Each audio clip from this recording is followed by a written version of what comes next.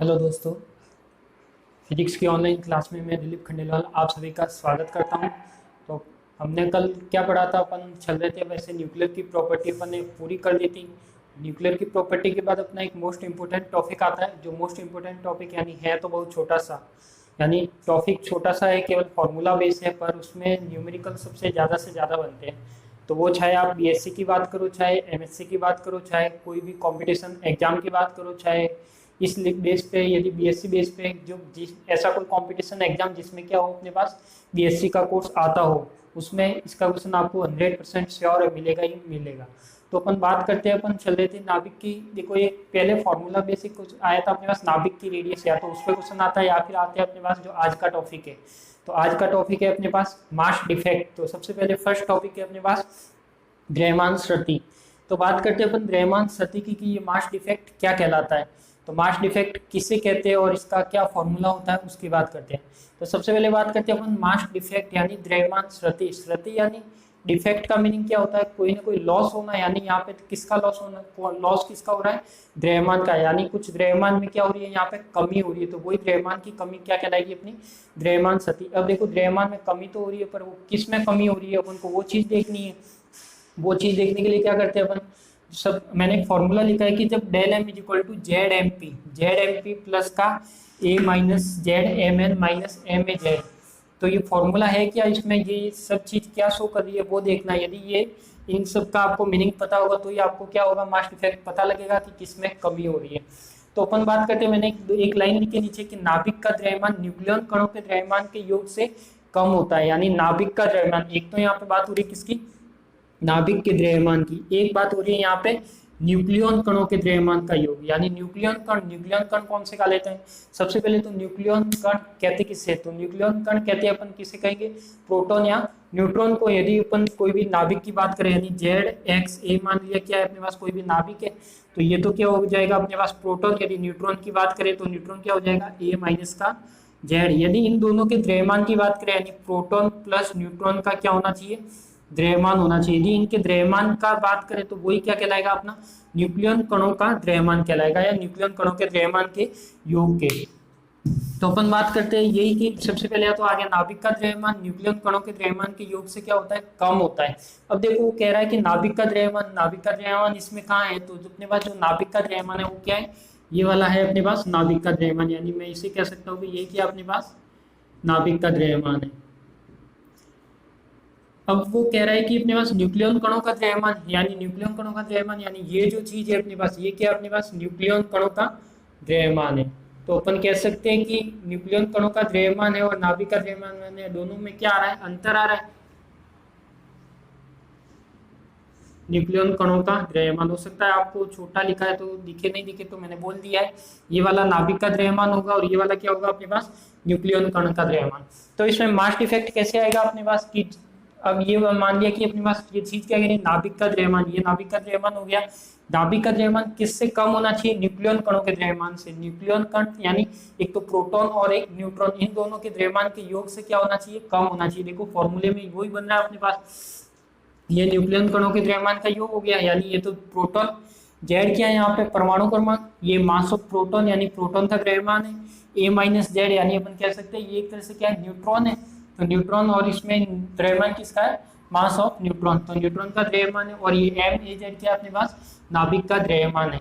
तो अपन कह सकते हैं कि जो न्यूक्लियन कणों के द्रव्यमान का योग है और नाभिक का द्रव्यमान उससे क्या होगा, कम होगा। यानी अपन कह सकते हैं कि ये तो क्या होगा अपने पास दो कणों का योग, यानी इसे कहेंगे अपन न्यूक्लियन कणों का योग, ये कहेंगे अपन नाभिक का द्रव्यमान। तो इसमें जो मास में कमी आती है, तो मास में कमी कहाँ आ रही है, बस इस यहाँ पे आ रही है। यानी नाभिक का द्रव्यमान न्यूक्लियन कणों के द्रव्यमान के योग से क्या अपने पास कम है। तो वही जो द्रव्यमान में कमी होती है वही अपनी क्या कहलाती है, मास डिफेक्ट कहलाता है, द्रव्यमान श्रुति कहलाती है। तो एक कुछ है नहीं, वैसे सिंपल सी एक फॉर्मूला बेस पे डेफिनेशन है।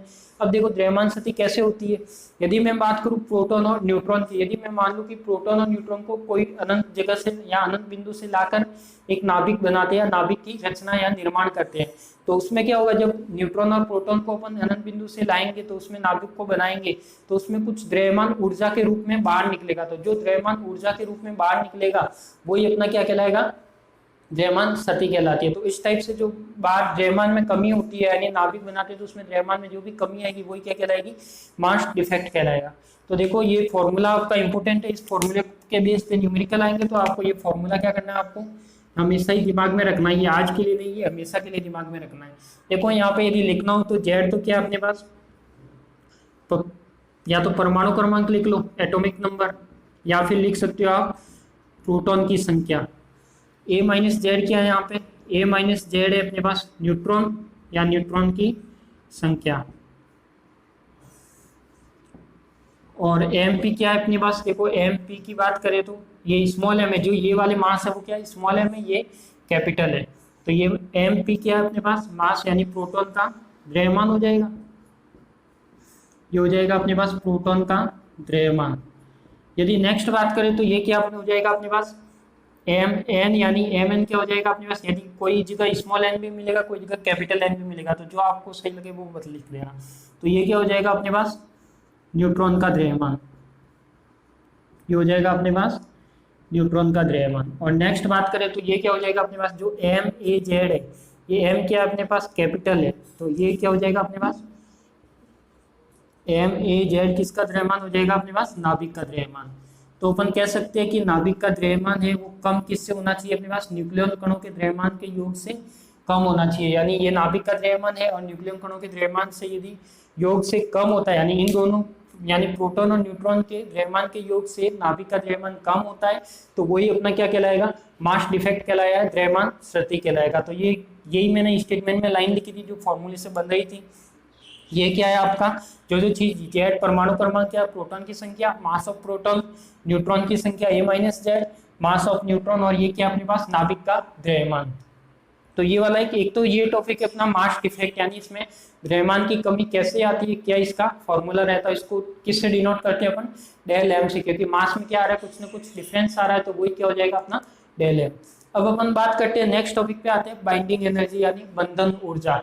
तो बंधन ऊर्जा वैसे नाम से पता है कि बंधन ऊर्जा किसे कहते हैं, या तो कोई ऐसी ऊर्जा जो क्या करती है किसी को बांधे रखती है, यानी कोई बांधे रखने वाली ऊर्जा है, वही अपनी क्या कहलाएगी, बाइंडिंग एनर्जी।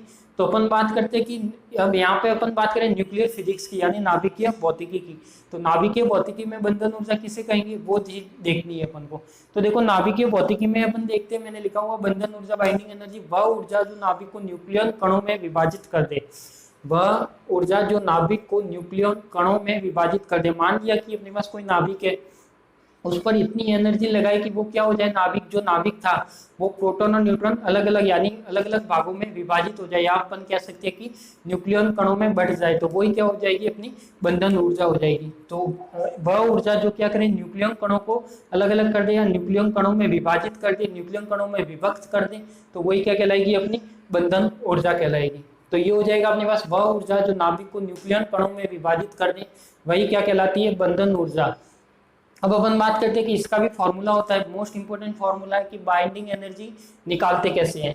तो अपने पास जो द्रव्यमान शक्ति था तो फॉर्मूला तो यही काम में लेना है द्रव्यमान शक्ति वाला। तो देखो मैंने बाइंडिंग एनर्जी में फॉर्मूला तो क्या किया है, द्रव्यमान शक्ति वाला काम है। अब इसके साथ जब अपन बाइंडिंग एनर्जी की बात कर रहे हैं, जब एनर्जी की बात करें तो वो ई की फॉर्म में आना चाहिए, यानी ई इज इक्वल टू क्या आता है अपने पास, देखो मैं यहाँ पे यदि आपको समझाने के लिए लिख,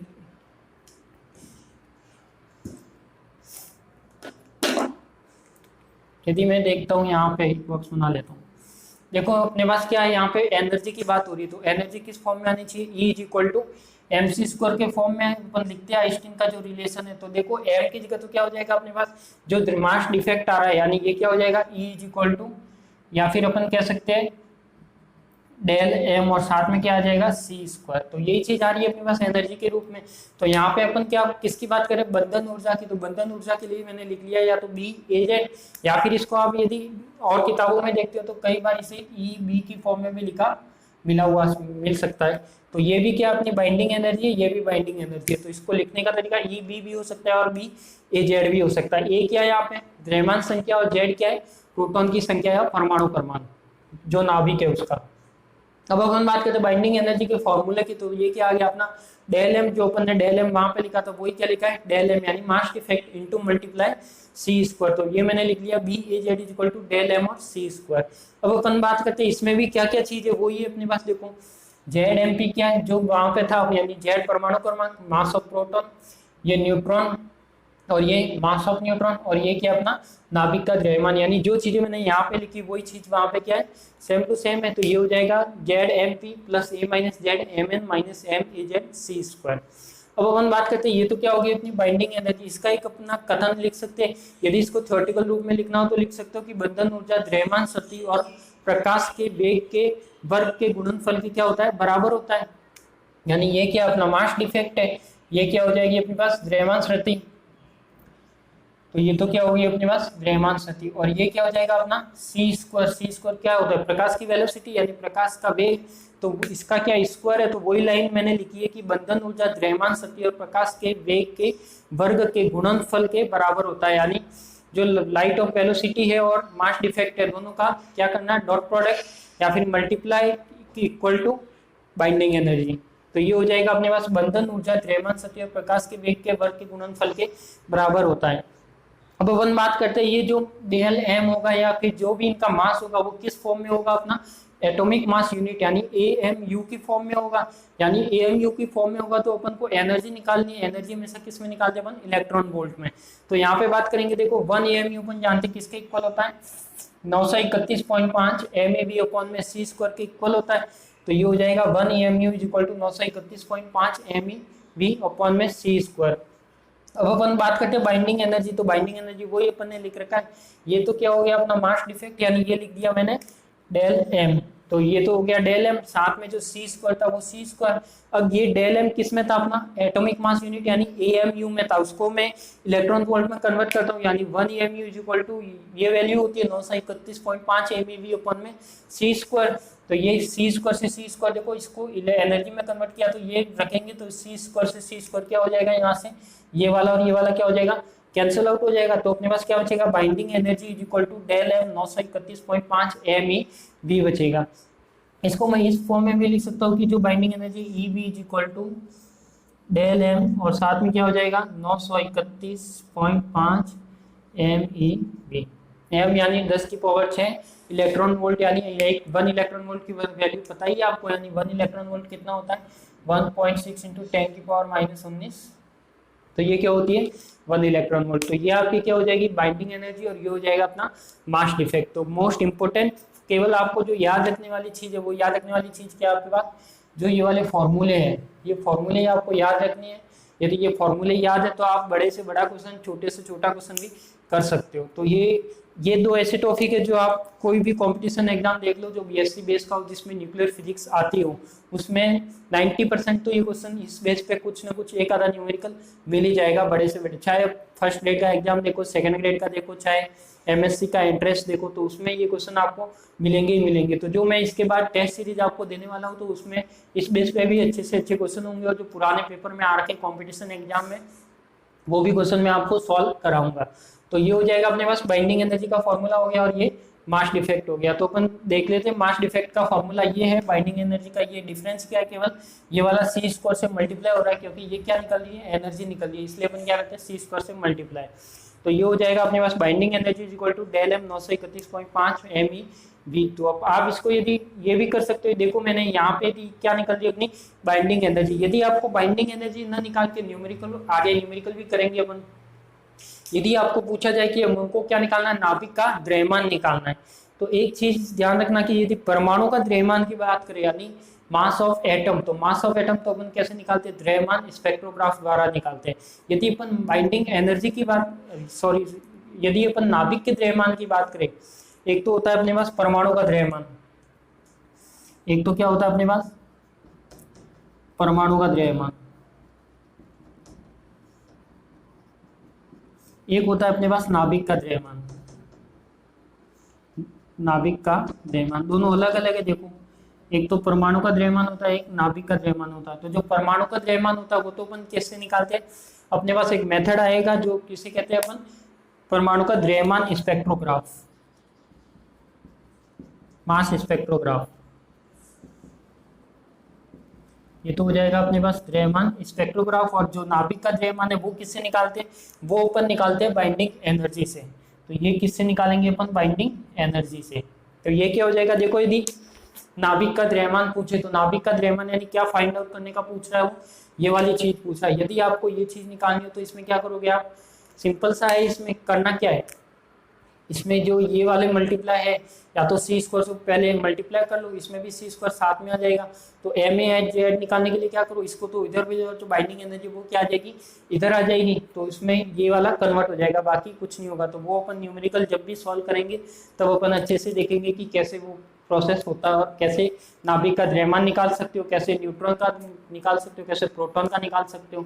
तो वही चीज़ है। तो ये आपके दो टॉपिक कवर होगा, एक तो मास डिफेक्ट हो गया, एक बाइंडिंग एनर्जी हो गया। इस बेस पे अपन अच्छे से अच्छे न्यूमेरिकल भी करेंगे। अब नेक्स्ट टॉपिक बात करते हैं। तो नेक्स्ट टॉपिक क्या आएगा अपने पास, एक ये तो बाइंडिंग एनर्जी हो गई, ये मास डिफेक्ट हो गया। अब नेक्स्ट टॉपिक अपन देखते हैं पर न्यूक्लियन बाइंडिंग एनर्जी। तो एक कंसेप्ट आता है अपने पास प्रति न्यूक्लियन बंधन ऊर्जा। तो देखो अपने पास टॉपिक लगाए तो क्या हो जाएगा अपने पास, प्रति न्यूक्लियन बंधन ऊर्जा यानी पर न्यूक्लियन बंधन ऊर्जा, जिसे अपन कह सकते हैं कि एवरेज बाइंडिंग एनर्जी भी कहते हैं। Average binding energy, average binding energy भी कहते हैं, पर न्यूक्लियन बाइंडिंग एनर्जी भी कहते हैं। तो ये भी बहुत जगह ये भी मिल सकता है, ये भी। यदि किसी न्यूमेरिकल में पूछा जाए कि औसत बंधन ऊर्जा ज्ञात करो, तो इसका मतलब वही है कि आपको क्या निकालना है, प्रति न्यूक्लियन बंधन ऊर्जा निकालनी है। तो देखो प्रति न्यूक्लियन बंधन ऊर्जा निकालते कैसे, वो चीज देखनी है। तो प्रति न्यूक्लियन बंधन ऊर्जा अपन निकालते हैं, इसको डिनोट करते हैं सबसे पहले तो किससे, बी बार से। तो ये हो जाएगा बी बार। या बाइंडिंग एनर्जी, बाइंडिंग एनर्जी अपन ने जो अपन ने लिख रखी है यानी बी ए जेड।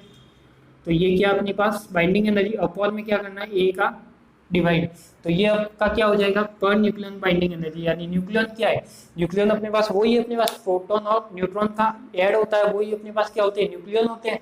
तो अपन देखते हैं कि प्रोटॉन और न्यूक्लियन का ऐड क्या होता है, ए होता है। तो अपन देखते हैं कि ए का क्या करें अपन, डिवाइड कर दे, यानी बाइंडिंग एनर्जी में या बाइंडिंग एनर्जी को क्या करें, ए से डिवाइड कर दे, तो आपकी क्या निकल जाएगी, प्रति न्यूक्लियन बाइंडिंग एनर्जी निकल जाएगी, जिससे अपन किससे लिखेंगे, बी बार से। तो बी ए जेड होगा अपॉन में ए। तो बाइंडिंग एनर्जी को आप इस फॉर्म में भी लिख सकते हो, कौन सी, प्रति न्यूक्लियन। अब यदि बात करें, मैं बहुत जगह ई बी भी मिल सकता है, तो इसको इस फॉर्म में भी लिख सकते हो, ई बी अपॉन में ए। तो ये भी क्या है, अपनी एक ही चीज है, ये भी क्या है, पर न्यूक्लियन बाइंडिंग एनर्जी है। ई बी क्या शो कर रहा है यहाँ पे, बाइंडिंग एनर्जी, और ये क्या है, बाइंडिंग एनर्जी। तो दोनों सेम ही है अपने पास। तो यदि पर न्यूक्लियन की बात करें, तो पर न्यूक्लियन की बात करेगा तो भी क्या आएगा अपने पास, ये वाला फॉर्मूला आएगा। तो पर न्यूक्लियन की यदि बाइंडिंग एनर्जी निकालनी है तो भी आप इस फॉर्म से निकाल सकते हो। तो इस बेस पे कुछ अपन न्यूमेरिकल भी करेंगे। तो ये भी चीज आपको ध्यान रखनी की, इससे यदि एवरेज बाइंडिंग एनर्जी की बात करता है, पर न्यूक्लियन बाइंडिंग एनर्जी की बात करता है, तो भी आप इससे निकाल सकते हो। तो जो बाइंडिंग एनर्जी निकलेगी उससे, उसमें क्या करना है, मास नंबर का डिवाइड लगाना, तो आपका क्या हो जाएगा, पर न्यूक्लियन बाइंडिंग एनर्जी या एवरेज बाइंडिंग एनर्जी हो जाएगी। तो एक बार इसका यदि स्क्रीनशॉट लेना हो तो ले सकते हो आप।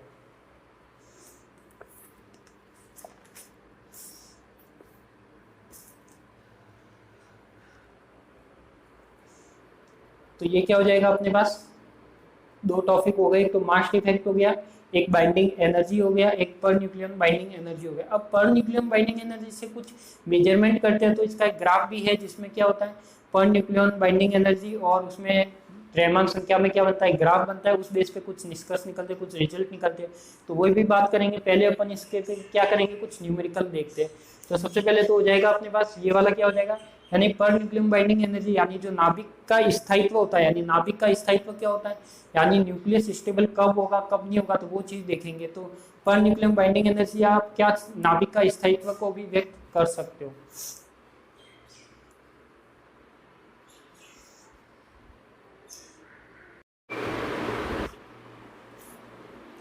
तो अपन ने हमने क्या पढ़ा था अभी, मास डिफेक्ट का फॉर्मूला देख लिया था, बाइंडिंग एनर्जी का फॉर्मूला देख लिया था, पर न्यूक्लियन बाइंडिंग एनर्जी का फॉर्मूला देख लिया था। कैसे निकालते हैं वो फॉर्मूला अपन को याद हो जाना चाहिए अभी तक। अब अपन एक न्यूमेरिकल देखते हैं, तो ये न्यूमेरिकल कैसे किस बेस पे आते हैं। तो देखो अपने पास कह रहा है कि 10x 20 की बंधन ऊर्जा ज्ञात करो। अब देखो यहाँ पे 10x का मीनिंग यहाँ पे कोई सा भी नाभिक हो सकता है, Ni4। यानी मान लिया कि अपने पास 10x 20 कोई भी नाभिक दे रखा है या न्यूक्लियस दे रखा है, उसकी क्या निकालनी है अपन को, बाइंडिंग एनर्जी निकालनी है। तो अपन को फाइंड क्या करना है, यहाँ पे बाइंडिंग एनर्जी क्या करनी है, अपन को फाइंड करनी है। तो अपन देखते हैं कि जब बाइंडिंग एनर्जी फाइंड करनी है तो इसमें कैसे निकालेंगे। तो अपन को दिया हुआ क्या है, ये सब क्या है अपने पास गिवन है, यानी ये सब क्या अपने पास दिया हुआ है।